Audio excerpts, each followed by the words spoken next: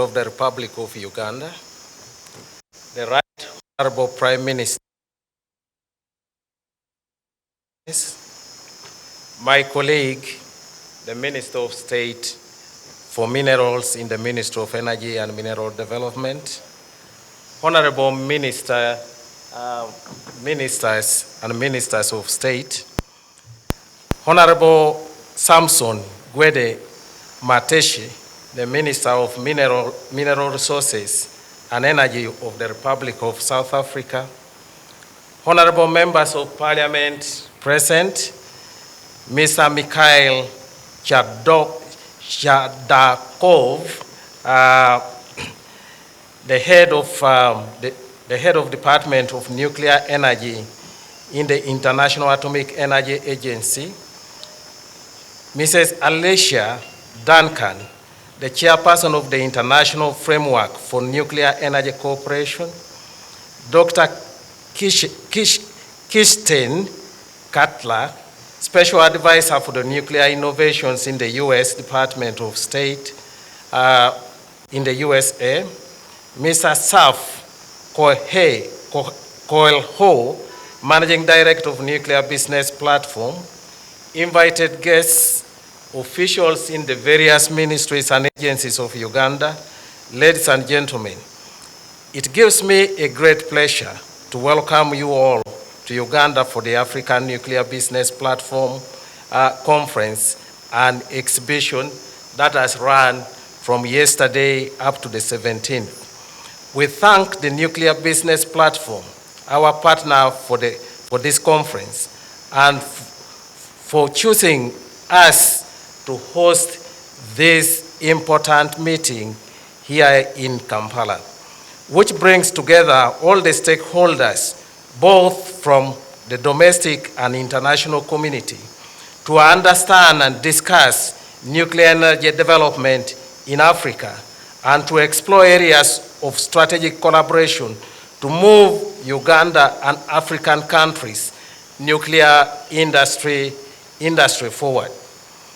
Distinguished participants, nuclear power offers many advantages, such as reliable and stable energy supply to enable industrialization, thus energy for security. Nuclear energy is recognized as an attractive option for clean and reliable and cost-effective source of energy that transition and global call worldwide. Your Excellency, the conference has come at the right time when the Government of Uganda has made the plans to incorporate new nuclear power in our energy country mix. Our energy generation now stands at 1,346 megawatts, but it is predominantly hydropower. Your Excellency, this idea of nuclear was your clear thought out plan in 2007 when we experienced a severe drought that left major parts of our country in darkness. Your Excellency, since 2008, formidable steps have been taken to develop a nuclear power program for our country. The Atomic Energy Act 2008 is now under review, and my ministry has prepared principles and a draft nuclear bill which have been presented to the subcommittee of cabinet on nuclear before being sent to Parliament to enable us strengthen our preparedness for the implementation of our nuclear power program. Your Excellency, through your visionary leadership, young graduates were sent out for training. 20 of them were sent out to various countries which are already advanced in nuclear science, and this included the United Kingdom, South Korea, Egypt, Ghana, Russia, and China. These sons and daughters of ours have since come back and were able to develop a nuclear power roadmap for our country to kickstart the nuclear power infrastructure development activities, both for the regulatory side, the Atomic Energy Council, and also in the ministry establishing the Department for Nuclear Energy to shape the envisaged 2,000 megawatt nuclear plant for this country.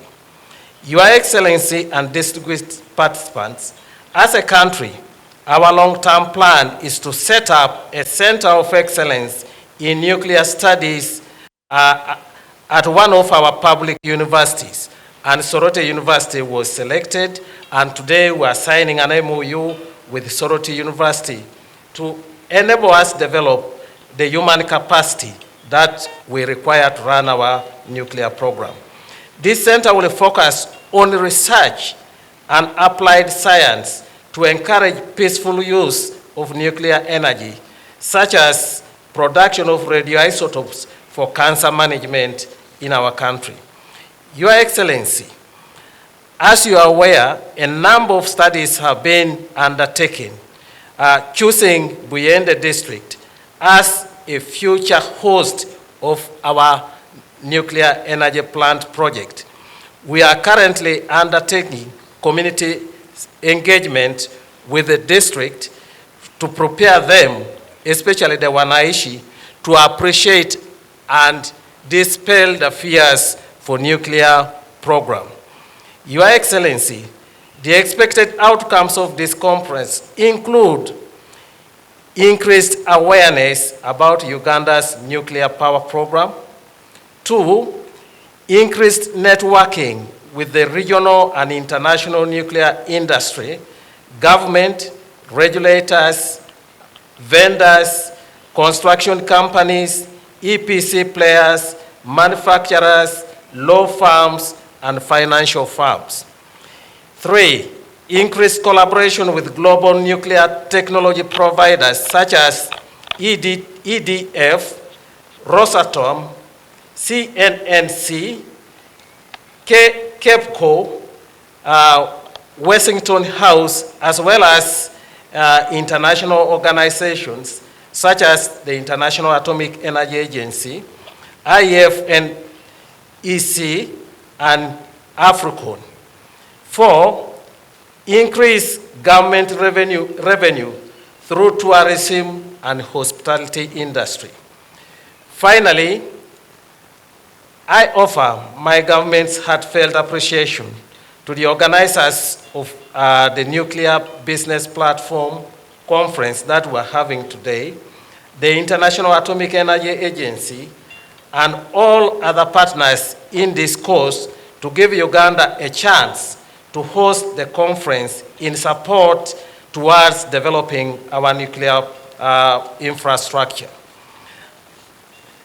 I would wish, on behalf of my ministry and the organizers, to thank all of you for listening to me, and I wish to invite the Right Honorable Prime Minister and also Head of the Government Business later after the talks to invite you to deliver your speech, Your Excellency. I say this for God and my country.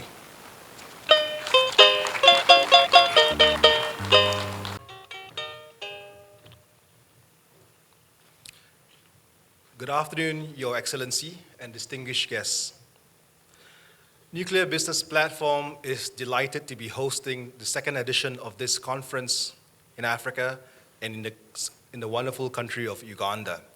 Nuclear Business Platform is an organization which is deeply committed to having or to see the African continent prosper via having nuclear energy as part of its energy mix. We sincerely believe that nuclear energy, being one of the most cleanest form of energy, is very much needed and will aid African countries in their quest to reach first-level nation status and also to drive industrialization. And it's with this regards that Nuclear Business Platform, apart from being headquartered in Singapore, we have established a presence, a headquarter in Africa, in Morocco. Now, having a successful nuclear power program hinges on two main factors, in our opinion. The first is to have a very committed government, and we are delighted to see the commitment which the Government of Uganda is expressing towards having a successful, peaceful nuclear power program. The second factor, in our opinion, with regards to having a successful nuclear power program is to have committed partners, committed international partners who have the right experience and expertise and knowledge to assist emerging countries such as Uganda in their quest for nuclear power. And we're delighted to share that amongst our participants today, we have key experts, key organizations in fields such as human resource development, regulation developments, and also technology providers who are here and have sincere aspirations to help Uganda and other African countries in their quest for nuclear energy. Lastly, I would like to once again express my sincere appreciation for the Government of Uganda and also our host, our local host, the Ministry of Energy and Mineral Development, for their great support in helping us to have a very successful conference, and we hope all international participants will take this opportunity also to network and to share their experience with the African nuclear stakeholders. With that, thank you, Your Excellency. First of all, I apologize. Our President and CEO, Dr. Juho Hwang, just left before starting this event due to his flight schedule. So on behalf of our President and CEO, I will deliver today's keynote address. So, Your Excellency, President of the Republic of Uganda, and other distinguished delegates, and distinguished guests of the nuclear industry. It is my honor to deliver a keynote address here at the 2023 African Nuclear Business Platform, where we have gathered to discuss the future of nuclear energy in Africa. The theme of today's conference is the sustainable economic transformation of the African nuclear through the nuclear power. So nuclear energy has gathered attention in recent years because of the rapidly shifting political landscape and the ensuing energy crisis. And no doubt climate change is also a contributing factor.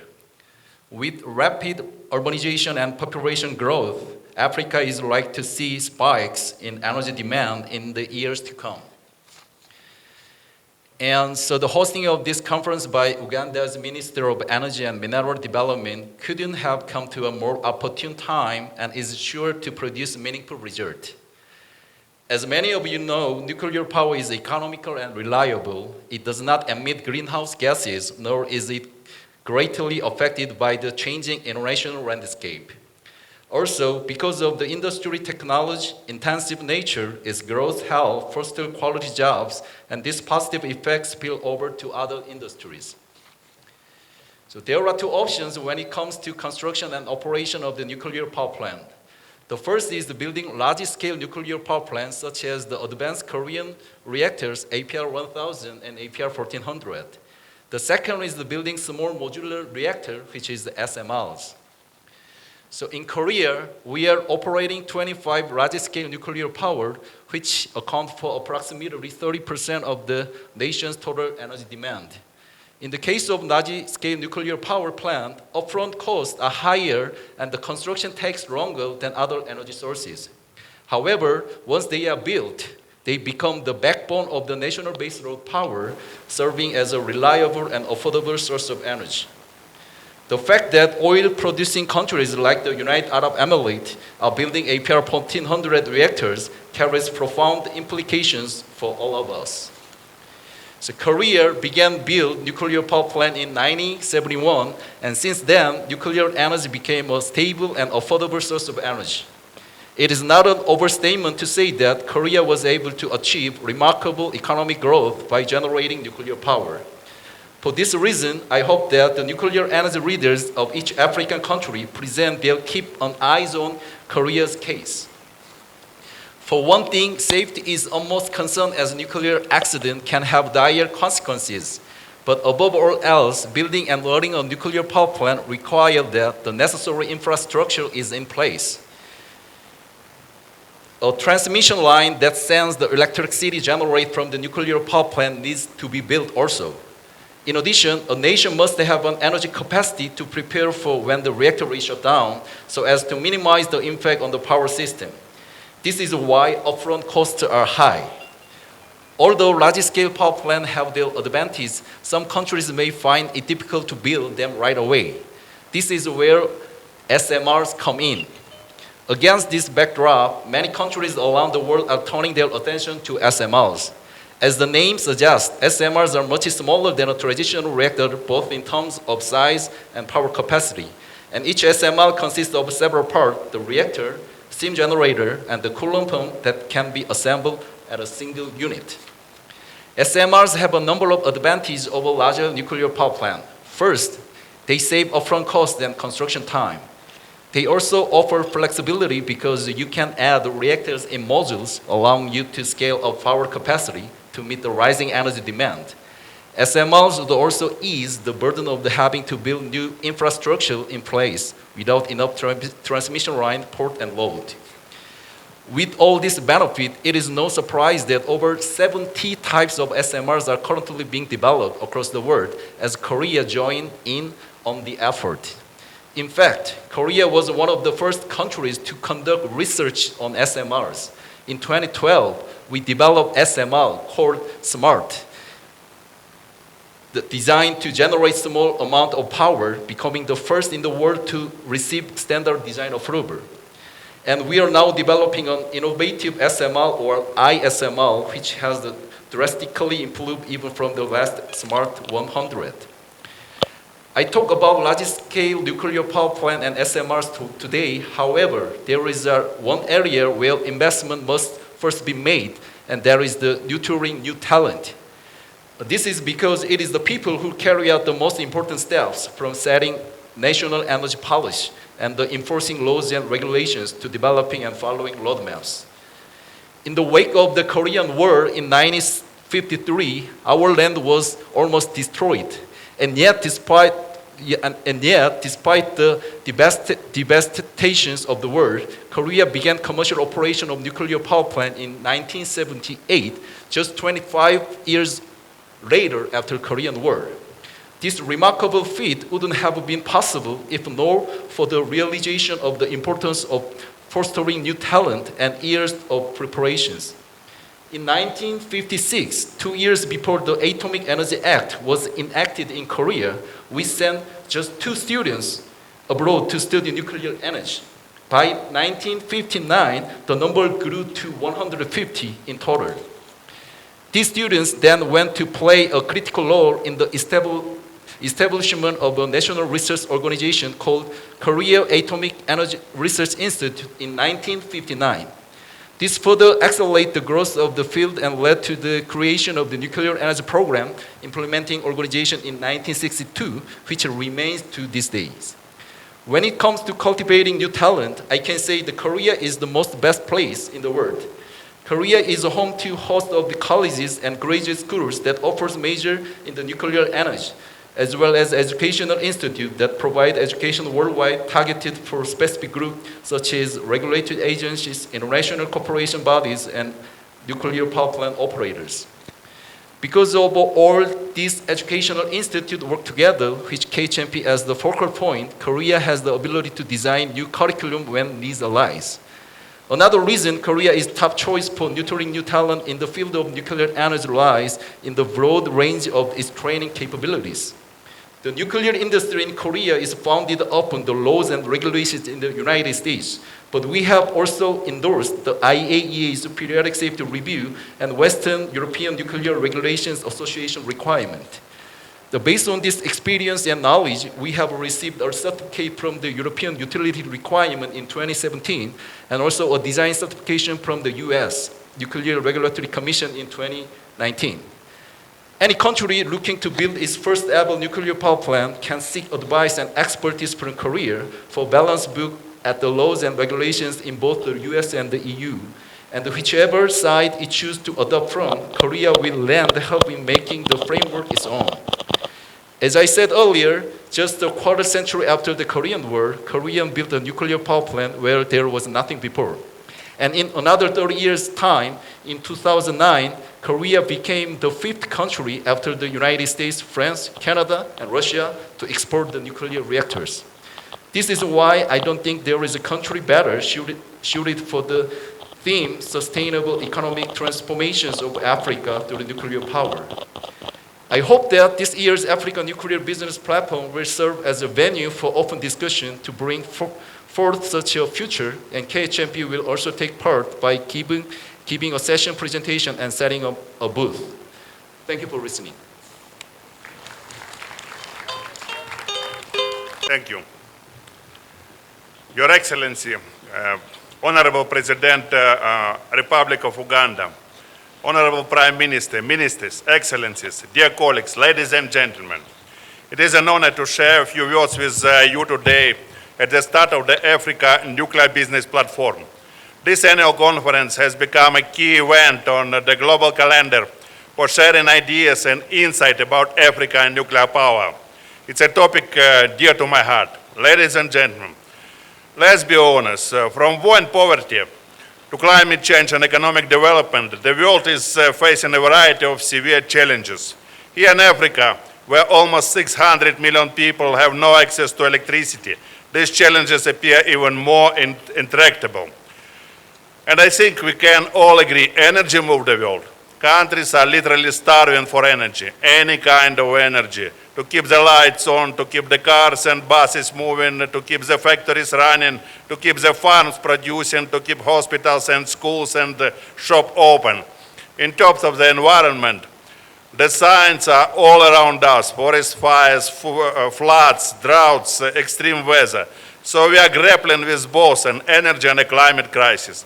Proven tools for powering economies, for lifting people out of poverty and putting them a path to sustainable prosperity while mitigating climate change are urgently needed.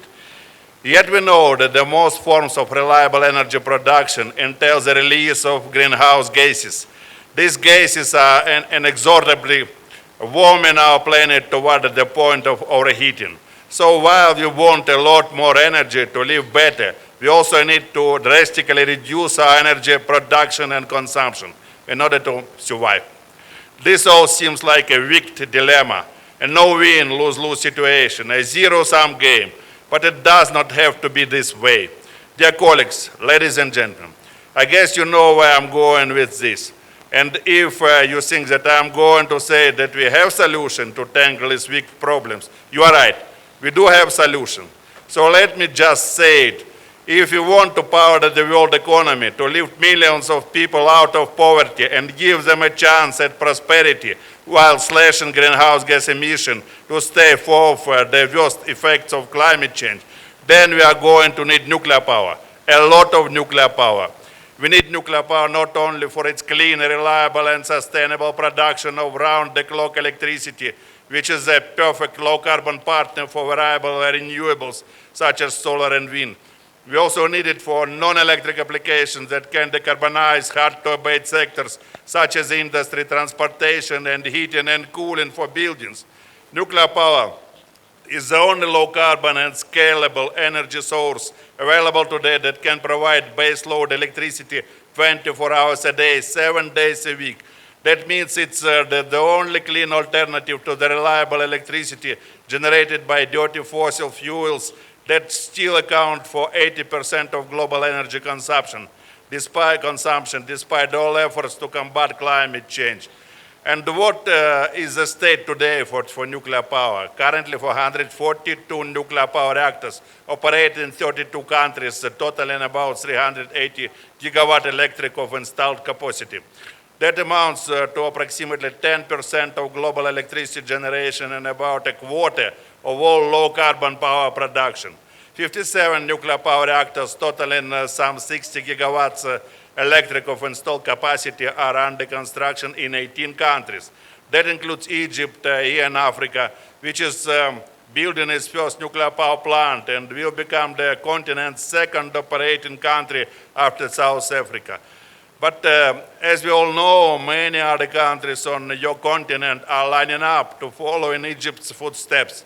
This is of vital importance, not only for the development and prosperity of these countries, but for the world itself.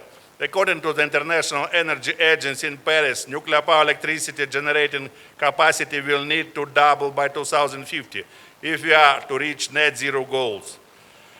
In fact, it probably needs to increase even more than that, by up to 500% compared to its current levels, according to the scientists at the Intergovernmental Panel on Climate Change. But is this even possible? Critics would say that nuclear power is far too expensive and slow to build to achieve such an ambitious expansion. History, however, says otherwise. For example, after the oil supply shocks of the 1970s, a massive wave of investment in nuclear helped several countries strengthen their energy security, fuel their economies, and reduce their dependence on imported fossil fuels. I see a similar situation today. A ray of hope that the challenges we are facing with now are becoming the catalyst, allowing us to shift to more sustainable energy paths. With climate change, rising energy costs, and heightened energy security concerns dominating the global agenda, several countries are now considering using clean and reliable nuclear power. The IAEA latest high case projection to the year 2050 show nuclear capacity more than doubling to 873 gigawatts electrical. That's an increase of 10% over the previous year, when we revised up the projection for the first time since the Fukushima Daiichi accident in 2011. Beyond these projections, the facts on the ground speak for themselves. In Europe, where nuclear power plants still provide the largest source of low-carbon energy, Bulgaria, the Czech Republic, Finland, France, Hungary, Romania, Sweden, Ukraine, and the United Kingdom are committing to it, while others, like Poland and Estonia, are making headway towards introducing it for the first time. Even in Germany, the last remaining reactors are being kept online for the time being. Asia, led by China and India, but also Bangladesh, Japan and South Korea, Russia and Turkey, and Canada, the United States, and other countries in the Americas are focusing on nuclear.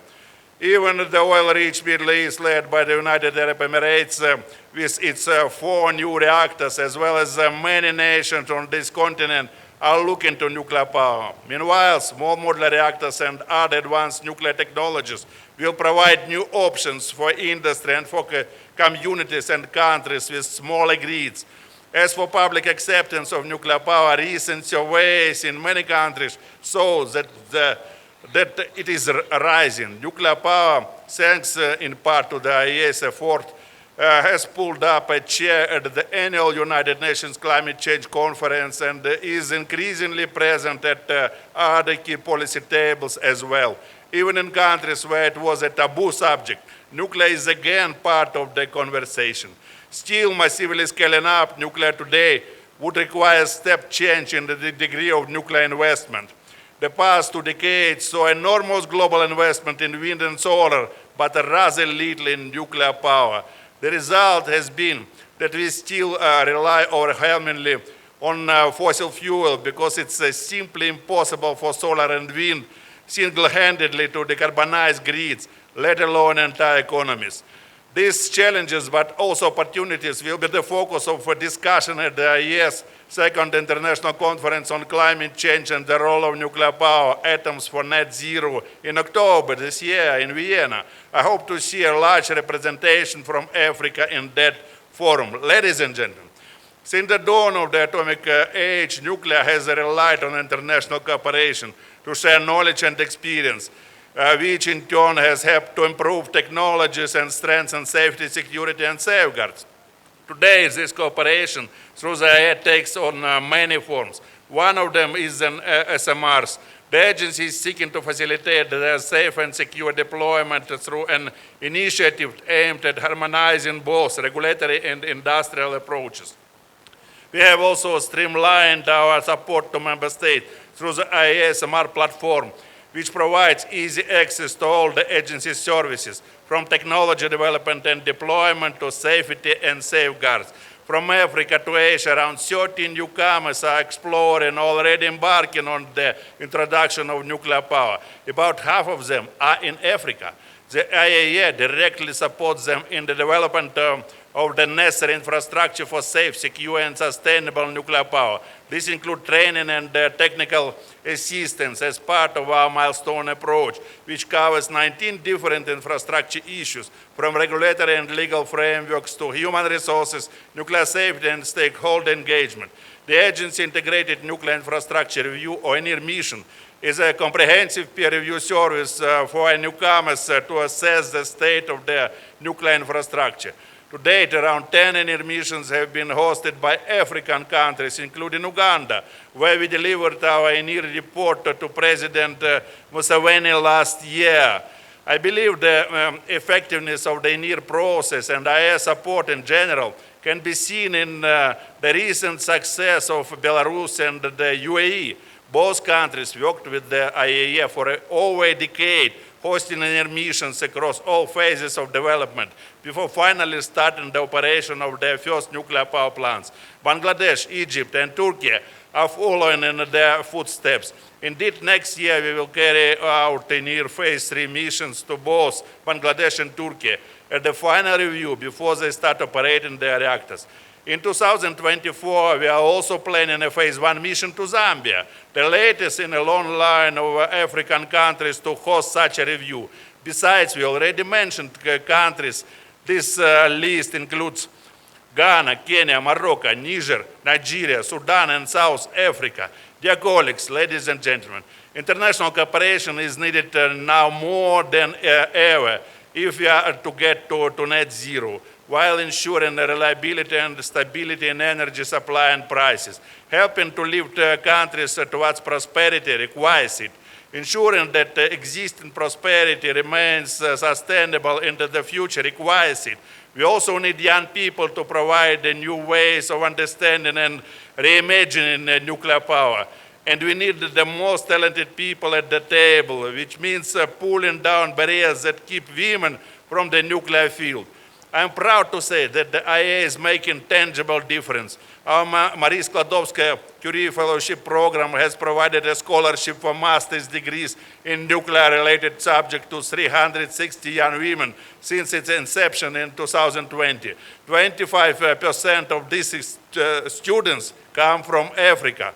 And we don't stop there. Just last week, we have launched a professional development program for early and mid-career women in the nuclear sector, named after one of the world's greatest physicists, Lisa Meitner. The first professional visits under this program will take place in June 2023 in the United States of America. Help us spread the word and attract qualified women to participate. As you can see, the IAEA is working on a wide range of topics to support all its member states. I'm confident your discussions on these topics will also stand us in good stead. Together, I'm convinced we have the tools, wisdom, knowledge, and energy to forge the path for a better future. Thank you. Distinguished international guests and experts in nuclear. Gentlemen, it gives me a lot of joy to speak during the opening ceremony of African Nuclear Business Platform Conference and Exhibition. I'm aware the conference is a high-level meeting which brings together all the stakeholders, both from the domestic and understand and discuss nuclear energy development to move Uganda and African countries' nuclear industry forward. Nuclear power is one of the options that will enable Uganda to achieve the global goals of universal access to electricity for all, as spelled out in the Sustainable Development Goal number 7 on the affordable and clean energy. In line with these goals, the country seeks to provide sufficient electricity needed to meet the national development targets set out in the country's Vision 2040. This conference, Your Excellency, has therefore come at the right time when the Government of Uganda, under your wise leadership, the National Resistance Movement Manifesto, and the National Development Plan 3, that is from 2020-2021 and 2024-2025, is pursuing approvals for the construction of a nuclear power generation plant to increase power generation capacity. Your Excellency and distinguished participants, the development of the Uganda Nuclear Power Program employs a participatory approach involving government ministries, departments, and agencies constituted in 2 working groups to spearhead the technical studies. Therefore, I take this opportunity to applaud the government officials for their strong commitment to developing Uganda's nuclear power program.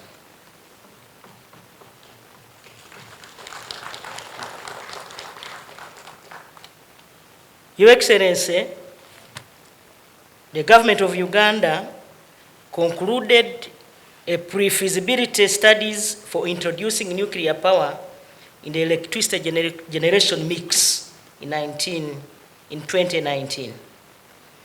Potential sites for the constructing a 2,000 megawatt nuclear power project for energy security and industrialization. Relatedly, Uganda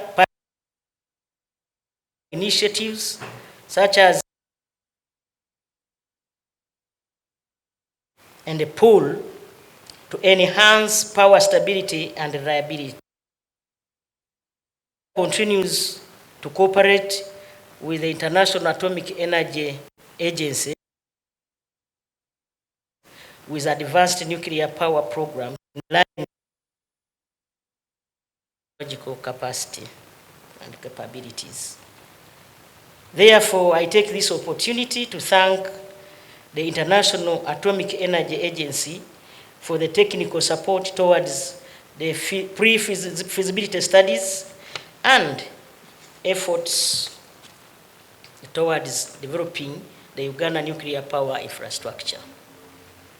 I do appreciate the agency that sent a team of international experts to evaluate Uganda nuclear power infrastructure during the integrated nuclear infrastructure review mission conducted in this country in the year 2021.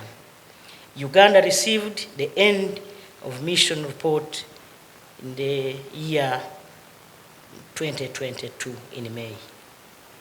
Uganda recognizes the importance of nuclear safety, security, and safeguards in developing nuclear energy for power generation and other peaceful purposes. The Government of Uganda is committed to enhance the legal and institutional framework for nuclear energy to strengthen promotion and regulation of the subsector in accordance with international treaties, conventions, agreements, and protocols. Finally, Your Excellency, I wish to reiterate the government's appreciation to the nuclear business platform, the International Atomic Energy Agency, and all other partners in this cause for giving Uganda the opportunity to host the conference. Your Excellency, we thank you for gracing this occasion with your presence. This is a testimony to the whole world that Uganda is ready to go. With those words, Your Excellency, allow me to invite you to speak to this high-level meeting. The ministers from Uganda and from South Africa,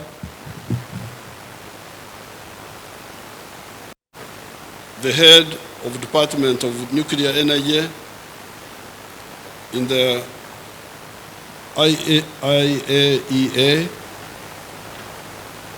Madam Duncan, Chairperson of the International Framework for Nuclear Energy Cooperation,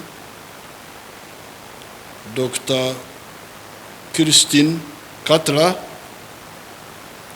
Special Advisor for Nuclear Innovation, U.S. Department of State, Mr. Zaf, Managing Director, Nuclear Business Platform, distinguished guests, ladies and gentlemen,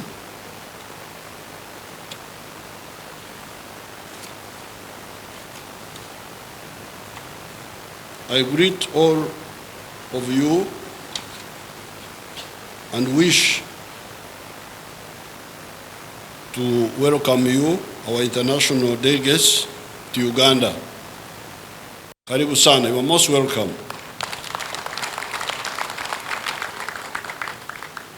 I congratulate the Minister of Energy and Mineral Development and the Nuclear Business Platform for organizing and hosting the African Nuclear Business Platform 2023 in Uganda here. This conference is held at a critical time when nations are dealing with how to ensure their energy security for socio-economic development. Uganda, like all the African countries, has abundant energy resources fairly distributed throughout the country. These include hydropower potential, 15,000 megawatts. The biomass, 10,000 megawatts. The geothermal, 1,500 megawatts. Peat, 800 megawatts. Wind, 200 megawatts. Sustainable development and utilization of these resources necessitates establishing transparent and well-balanced partnerships with key technology providers across the globe. Therefore, this meeting presents a very good opportunity for exploring areas of strategic collaborations between African countries pursuing nuclear energy development and nuclear technology providers to forge a way forward for developing the nuclear industry on the continent.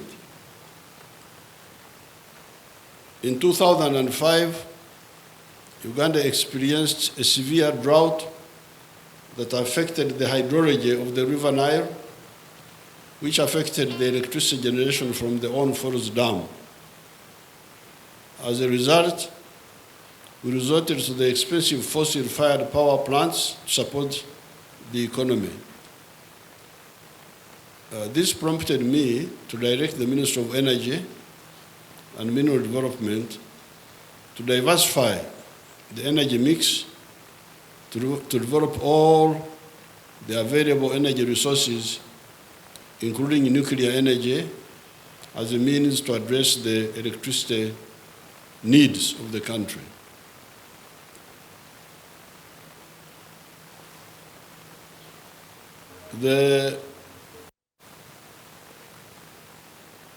When I learned French, I tried to learn French, I didn't succeed. Many years ago, about 60 years ago, I was trying to learn French, and I was moving very well. Fermez la porte, ouvrez la porte. I was moving well, but the problem came when the teacher told me that some of the words were men, some were women. Then I asked the teacher, I said, "Teacher, How do I know which word is woman and which word is man? The teacher said, no, you must have cram everything in your head. So I forgot about French. I didn't learn French anymore. But I kept one word, which kept in my head. 2 words, actually.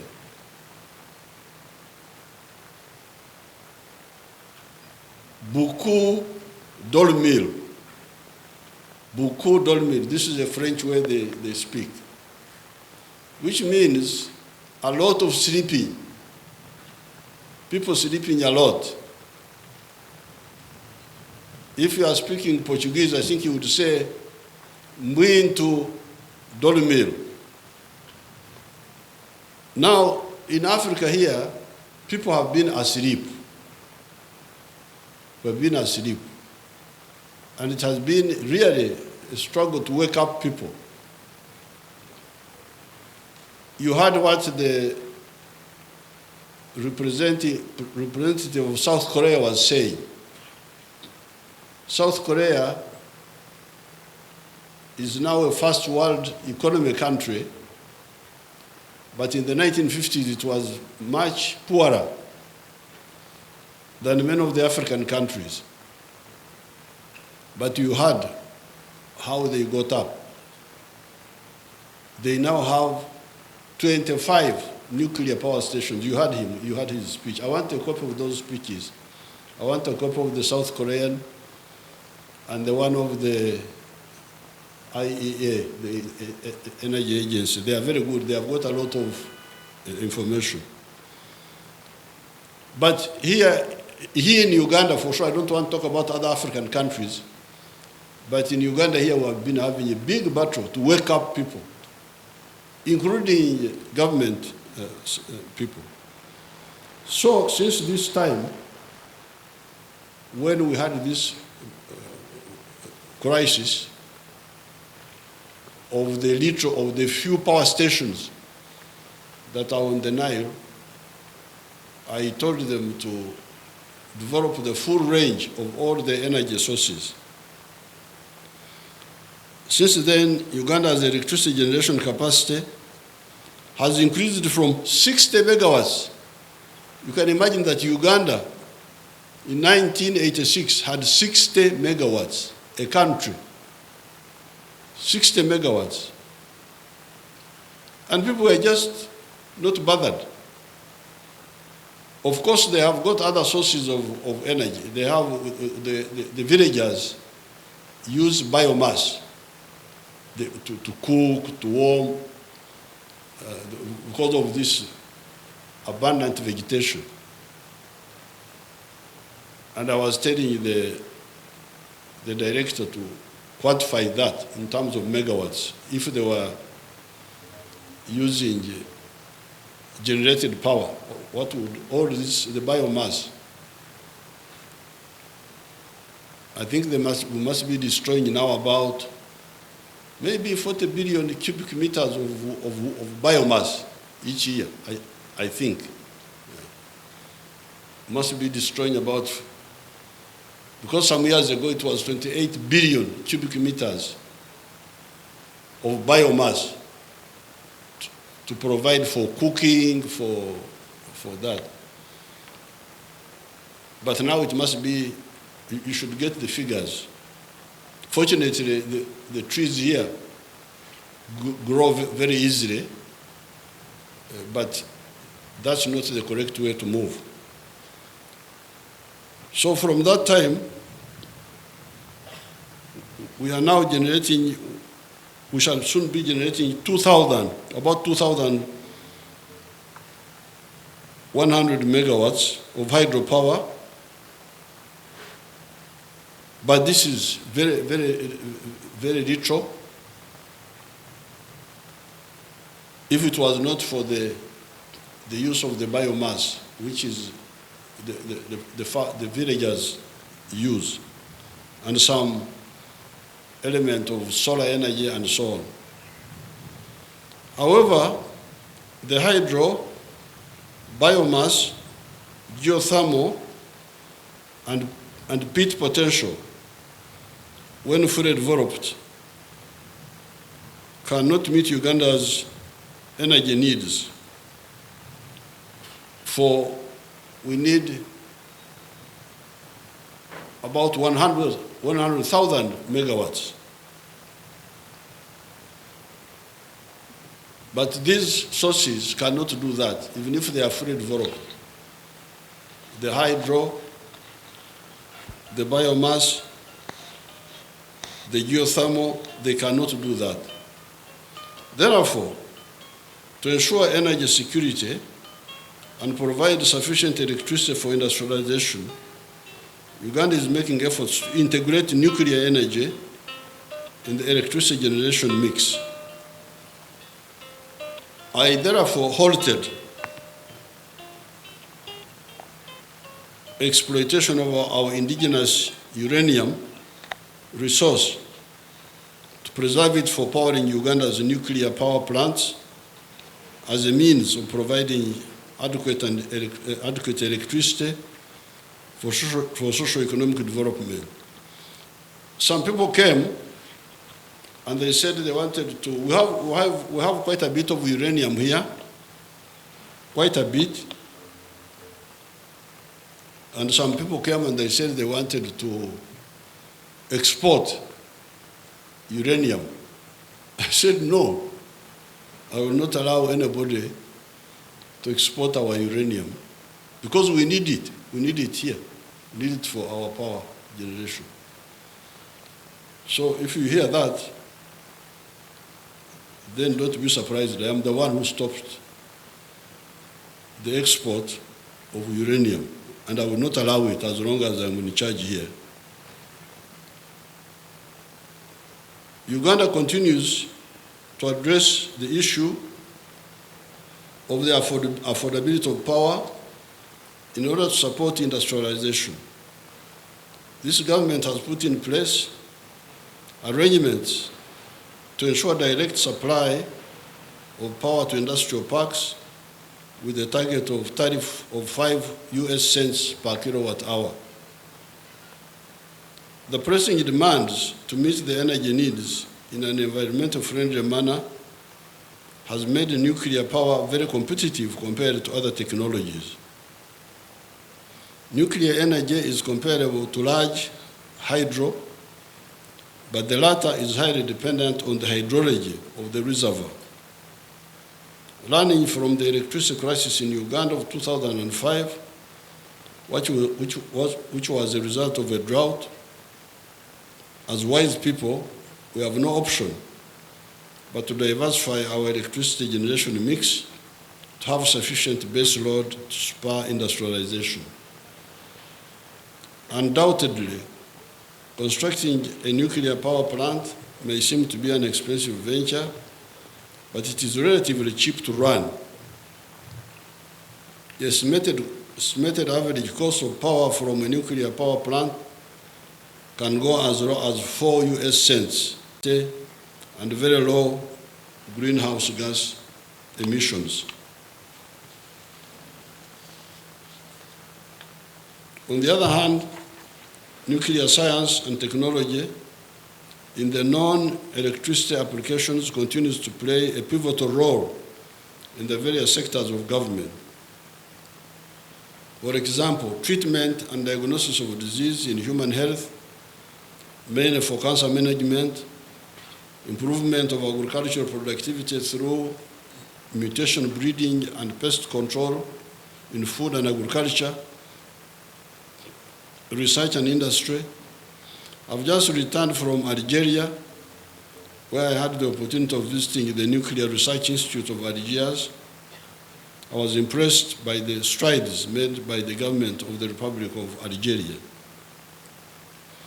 I wish to note that nuclear specialists in the country are currently trained abroad, but now government is fast-tracking the establishment of the Center for Nuclear Science and Technology at Soroti University. The center will play a critical role for human capital development and will facilitate nuclear research and development in the country. The International Atomic Energy Agency is a key partner in promoting the safe, secure, and peaceful use of nuclear energy. Uganda remains committed to a strong partnership with the agency towards this end. In May 2022, I received the agency report on the Integrated Nuclear Infrastructure Review Mission. This report guided the Ministry of Energy and Mineral Development to further prepare the country for nuclear power development. Some of the studies included identifying suitable sites for nuclear installations, reviewing the Atomic Energy Act of 2008 to strengthen the legal regime for nuclear safeguards for nuclear material, civil nuclear liability, and maintaining the nuclear institutional framework, among other nuclear infrastructure assessments. Relatedly, preparation to evaluate a nuclear power plant site in eastern Uganda, across the shores of Lake Victoria in Buyende, is ongoing to pave the way for the first nuclear power project, expected to generate 2,000 megawatts, with the first 1,000 megawatts to be connected to the national grid by 2031. Uganda welcomes collaboration with fellow African countries and other international bilateral partners to enhance the contribution of nuclear power to climate change mitigation, energy security, and sustainable development. The issue of nuclear power in Africa is a must, because some years ago, I challenged our people to total up the total hydropower potential of the rivers in Africa. The River Congo, the rivers in Ethiopia, this River Nile here, the River Niger, the Zambezi, all these rivers, I think their potential is around 300,000 megawatts. And as you hear, sometimes the water is not reliable. The other source of power is solar. That one is good, clean energy, but it still has some issues of storage and so on. And I've been following the cost of a unit per kilowatt hour. They say it has now come to about 7.1 American cents, which will be good. Therefore, the option of nuclear is a very wise one, and we should not waste time on that, as we normally do with other issues concerning Africa. We should support it because it is the which is quite reliable. The only problem is the storage of the material, which after it has been used. In Algeria, I saw they are even desalinating seawater to use the water for humans and for plants. I asked them, but I didn't get the cost of doing that. How much does it cost to desalinate seawater? I hope some people could get us that, because that would also add to a huge capacity, huge potential. We could be able to immunize ourselves against all these other dangers caused by climate change, causing shortage to fresh water. So I'm very happy you had this conference here. The climate here is good.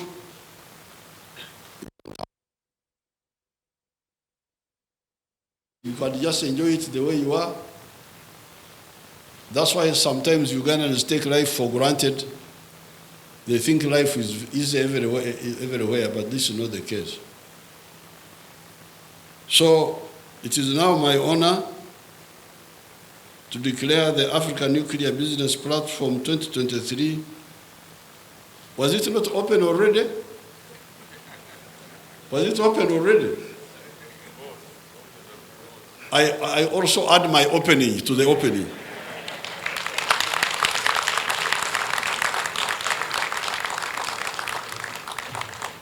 I wish you all a good stay and fruitful proceeding. Thank you very much.